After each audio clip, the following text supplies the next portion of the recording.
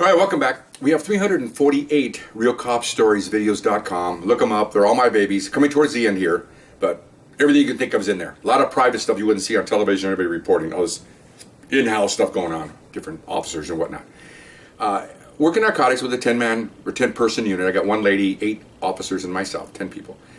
And working narcotics, we get called to do other things. We are a surveillance unit, so they call us for other things. There's other videos where we caught a guy stealing luggage at the airport and a bunch of other stuff like that. We get a call because the Philharmonic Orchestra from Israel, Jewish obviously, are performing at the Disney Center, which is downtown. Okay, so obviously because they are from Israel, a lot of people don't like the Jews. Okay, so they had their own security, they had private security, and the reason why I had a lot of security is because I don't know who's it's not, they don't have any choice, I guess, but they wanted to walk because they're in Los Angeles. A lot I've never seen Los Angeles before. They had to walk about 5 blocks from where they're staying up the road to the Disney auditorium, whatever you call it, because they wanted to walk outside. And some were carrying smaller instruments. Most of the instruments are already in the studio, in the theater or the hall. Okay, so but they wanted to walk down Los Angeles. You know, it's pretty nice at night. The lights coming out. Okay, fine. So they wanted us to patrol outside perimeter, looking for anybody that looks suspicious, make sure anybody in, grubby looking guys in cars, or anybody might look bad, or or anybody tries to rush them for whatever reason. And so it's a weekend, it's Saturday. So, and what they did was thank goodness, is they blocked the streets off so you couldn't drive in there. Okay, except if you were authorized, like we were. They didn't want any traffic in there just in case. Okay, so there's 10 of us. So I put myself, I stay with myself, my other subordinates by himself, and then the other 8 were put in 2-person's cars. So I had 4 cars with 2 people each to drive around. So we have so many cars, So we just drove around the perimeter looking for stuff, okay? And we're going to deploy like at 4 o'clock and 4 till like midnight, because they're going to be done about 10, and we covered them walking back. No sooner did we set up, okay? I mean, we're set. We told the command post, we're set, we're out here. Okay, fine. They're happy because they got all kinds of security. We can see the people walking, the band or the orchestra people walking, and they're taking pictures, because come on, it's a beautiful town out there downtown. All the pretty buildings are all new, and the Disney Center itself is a marvel. I mean, it's stainless steel, I think, or something. It's really pretty. So okay, fine. Then I hear one of my units say, he goes code 6, which means he's out for investigation. Gives the location, which is a block and a half south of the theater, or I keep calling it a theater. What's the proper term for that? It's a concert hall. Thank you. Anyway, a block and a half south of the concert hall, they put out code 6, man with a gun. Oh man. Okay, so we're close. So everybody's rolling in there, and I'm saying, okay, ready, roll. So, I mean, I don't have to say anybody. We're rolling. And I'm thinking, oh my gosh, you got Israeli band here. These guys are terrorists. Someone's gonna get blown away. I'm rolling down. I'm rolling up and thinking there's gonna be shots fired. Because you think the worst, because people hate the Jewish people. I don't know why. I mean, gosh, they're just persecuted. Why would you hate these poor people? So anyway, as I roll, I'm one of the last ones there. I roll up, and they got a real beautiful woman, young 20-year-old gal, scantily dressed, on the ground, handcuffed.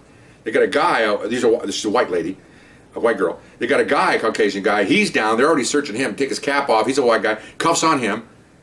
I see this huge revolver, chrome-plated, laying on the ground, and I get out. What's going on? What's going on? You talk about being at the wrong place at the wrong time. Oh my gosh. Okay. This wouldn't have been just a police operation or police thing.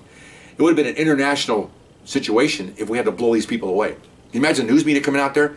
You got the Israeli Philharmonic walking up. There's a man with a gun, and we roll, and there's a shooting. Oh my gosh, there's terrorists. They're going to kill all these people. Okay. No. They were on a photo shoot, and she wanted to have a picture of her back to the skyline, so he was setting up a tripod. When she had the gun out, she was waving it around, getting ready for the shoot, and we arrived. We drove by and saw this, okay? And my lady officer, very sharp, okay, she saw it, and she just, gun, and the partner puts it out. She turns the corner, man. They jumped out with the guns out, and I mean, pretty sharp. And she even blocked, I mean, she told me she didn't intentionally do this, but it looked pretty good. She even blocked the street, went across the wrong side of the street, and blocked the street as they jumped out so she could block the victims, the orchestra. She sat back, she goes, well, I told her, I said, you shielded. She goes, I did that? I didn't mean to. Well, it doesn't matter. If something happens, that's what you did, right? She goes, yeah, really? But you realize this after the fact. So I interviewed them, and they're like, oh, I mean, they got guns pointed at him, and they're put down on the ground. Her clothes is all messed up because they put her down. His knees are all scratched. He's down. So we took their information. We found big over-the-shoulder bags. Well, it's in there is this is when they had film, and a couple more cameras and another tripod and some lighting thing. I mean, batteries. They're not. We checked everything, of course, to make sure.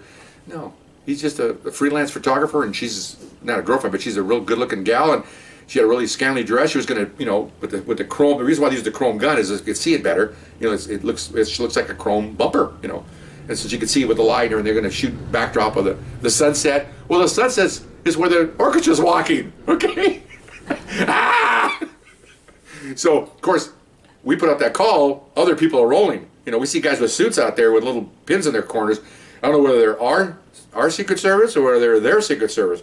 I know their Secret Service don't give no crap on nobody. They'll shoot first and then figure out what it is later, okay? Because Israel's always attacked by enemies, so they're not going to waste any time. I don't blame them. They got to take care of themselves.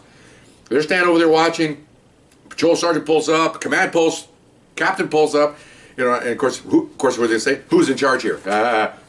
So I'm not afraid. I just walk up and say, I told them this is what happened. They're watching these guys now. They're taking the cuffs off. One of those. You're really sorry, But they were understood. We explained to them, and I told all the command stuff, and they were satisfied. And I said, we have good intel. We're going to take Polaroids of them just in case. But I told them I don't think they're involved. And then of course one guy said, well, we better get Polaroids and give them to those guys. They pointed to those guys with the suits. Okay, I don't know who those guys are. So we took photographs, made some little cards about their identity, got some good ID off them. That lady officer had an envelope. She gets an envelope. We stuck everything in the envelope, and then they were told to leave. Don't come back tonight. Okay, they couldn't get out of there fast enough. Two of my guys fall into their car to make sure they left the area, because otherwise, the civilians are kind of dumb. Sorry, and they're a little bit, well, I'll do it over here. No, go someplace else. Get out of here. Okay. So they were satisfied. We gave them the envelope. They asked one of the guys came over, didn't talk to me, went to an intermediary, told him what's in here. He looked at me, nodded, got the envelope, and off they went. So, they were just happy that nothing happened. But can you imagine if we had shot somebody there? The international crisis would have been unbelievable. Okay, CNN, all these other places, horrible. For innocent people, they were just, their eyes were, my lady officers, their eyes was big around. They're like, guns at them. But hey, wrong place, wrong time. You never know. Anyway, so hope you enjoyed that little story, and we'll see you next time. Bye-bye.